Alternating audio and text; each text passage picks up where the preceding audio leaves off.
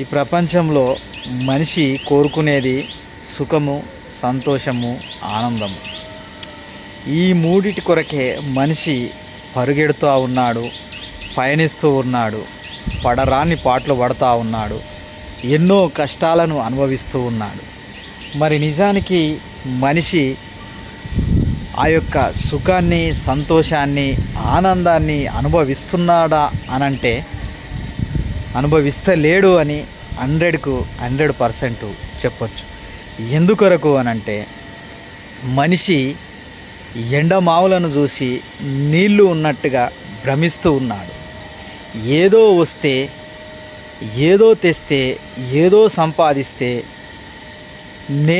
మేము సుఖంగా ఉంటాము అని తను ఎన్నో కష్టాలు పడుతూ ఉన్నాడు, ఎన్నో బాధలు అనుభవిస్తూ ఉన్నాడు. డబ్బు సంపాదిస్తే ఆనందం అనుకుంటున్నాడు, డబ్బు వెంబడి పరిగెడతా ఉన్నాడు. ఎంత దూరం పరిగెట్టినా, ఎంత డబ్బులు సంపాదించినా ఇంకా తృప్తి కలగక ఇంకా కావాలి, ఇంకా కావాలి, ఇంకా సంపాదిస్తే సుఖంగా ఉంటానని అదే మాయలో, అదే మోజులో పడి అటుగానే పరిగెడతా ఉన్నాడు. ఆస్తి మాయలో, భూమాయలో, స్త్రీ మాయలో, ఇంకా తను ఒక రాజకీయ నాయకునిగా ఎదగాలనే మాయలో, తను గొప్పవాడిని కావాలనే మాయలో, ఇంకా చెప్పాలంటే నాకంటే ఎవడు గొప్పవాడు కాడు, నేనే గొప్పవాడిని అనే మాయలో, నేను చెప్పిందే వేదం, నేను చేసేదే కరెక్టు అనే మాయలో, ఇలా అనేక రకాలైన మాయలో పడి తను అనుభవించాలనుకున్న ఆనందాన్ని, తను అనుభవించాలనుకున్న సంతోషాన్ని, తను అనుభవించాలనుకున్న సుఖాన్ని మర్చిపోతూ ఉన్నాడు.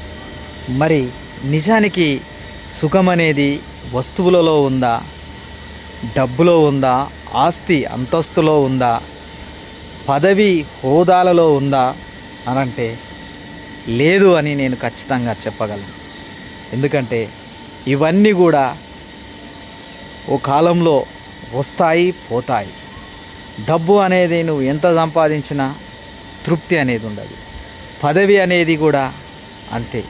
ఒక పదవి నీకు వరించింది అనుకో, ఇంకా గొప్ప పెద్ద పదవి, ఇంకా పెద్ద పదవి కావాలనే కోరుకుంటాడు. ఆస్తి కూడా అంతే. మరి నిజమైన సుఖము, సంతోషము ఎక్కడ ఉన్నది అనంటే మన లోపలనే ఉన్నది.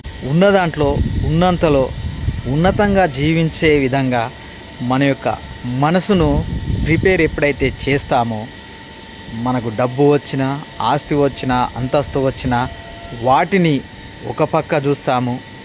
మన లోపల ఉన్న ఆనందాన్ని మనము అనుభవిస్తూ సంతోషంగా, ఆనందంగా అనుభవిస్తూ ముందుకు వెళ్తాము.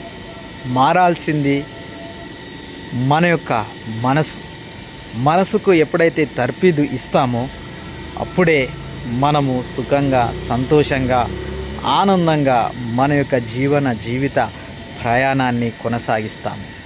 మనలో ఉన్న ఆనందాన్ని, మనలో ఉన్న సంతోషాన్ని, మనలో ఉన్న సుఖాన్ని వదిలేసి బయట ఎక్కడో దొరుకుతుంది అని పరిగెడుతూ ఉన్నాము. కానీ దొరకదు మిత్రమా. అది ఎలాంటిది అనంటే ఎండమావిలో నీటి జాడను వెదిగినట్టుగా ఉంటుంది. అల్లంత దూరాన మనకు నీరు కనిపించినట్టుగానే అనిపిస్తుంది, కానీ అక్కడికి పోతే అది మాయమైపోతుంది. ఇది కూడా అంతే.